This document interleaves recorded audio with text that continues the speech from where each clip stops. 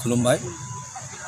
दिनै दुलाराय बर' हारिमु आफादनि 17थि बोसोरसालिया जथुमा बे जागायजेननोसै दिनै 9 अक्ट'निफ्राय 10 अक्ट'हालागै उदालगुरि जिल्लानि नैबे गायजामाटि ओनसोलाव दासिम जोंहा उदालगुरिनि जा जिल्ला आफाद दंमोन बिसिनि डेलिगेट हाउसआ जोबनानै थांबाय आरो दा मोनाबिलियाव जोंहा दुलाराय बर' हारिमु आफादनि बे सेन्ट्रेल लेभेलनि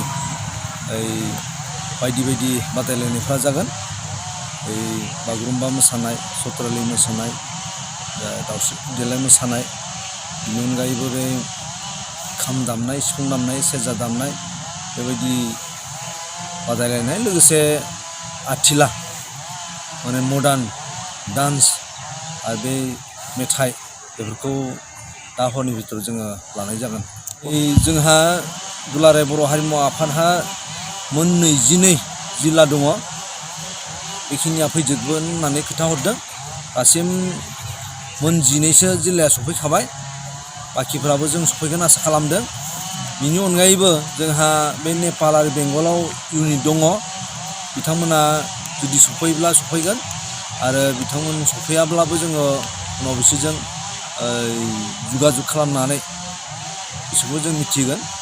जोंनि थान्दै मेलनि गाहाय सावरायनो गोनां आयदाया जाबाय देग्लाय जोंहा टार्मिनेसन, जोङो गोदान बडि दानाय जागोन, सोलाय सोल' जागोन।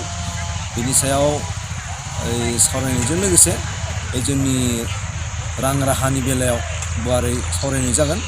मानो होनब्ला जोंहा दुलाराय बर' हारिमु आफादहा बेबायदि फुंखा गैया जायनि गेजेरजों जोङो जोंनि रां राहानि बेब'स्थाफोरखौ खालामनो हायो। बेफोरनि सायाव जोङो खालामगोन। आरो बेनिफ्राय जोंहा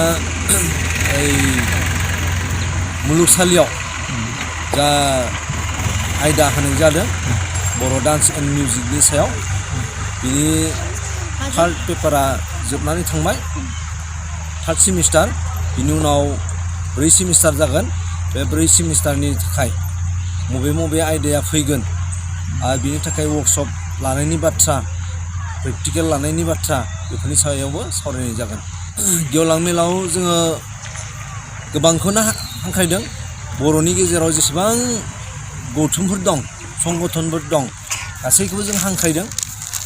जोंहा जिहेथु दुलाराय बर' हारिमु आफादहा बेबायदि हान्जा सायख'नाय गैया, बेनिखायनो जोंनि दानि बिटिसि सरकार जि बिपिएफ हान्जा, बेनिफ्राय जों हांख्रायदों। बिथांमोननिफ्राय हाग्रामा महिलारि, खाम्फा बरगयारि, बिस्वजित दैमारि आरो रिहन दैमारि बिथांमोना फैगोन होननानै खोथा होदों। लोगोसे दुलाराय बर' फरायसा आफादनिफ्राय प्रमद बर', लरेन्स इस्लारि बिथांमोना सफैगोन। आरो बिनिफ्राय इउपिपिएलनिफ्राय सफैगोन।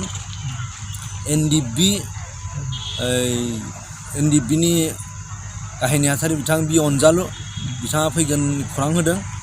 आरो ओमफ्राय एनडिएफबिनि आफादगिरि बिथां गबिन्द बसुमतारी बिथाङाबो सफैगोन। लोगोसे बर' वमेन जास्टिस फरामनि आफादगिरि अनजालि दैमारि बिथाङाबो सफैगोन। आरो आइजो अनसाय आफाद, बिनि आफादगिरि बिभा रानि बसुमतारी बिथाङाबो सफैगोन। लोगोसे बर' थुनलाइ आफादनिफ्राय तरेन बर' बिथाङा फैनो गोनांमोन, नाथाय बिथांनि जायगायाव जोङो प्रसान्त बर'खौ मोनसिगोन गाहाय नेहाथारि।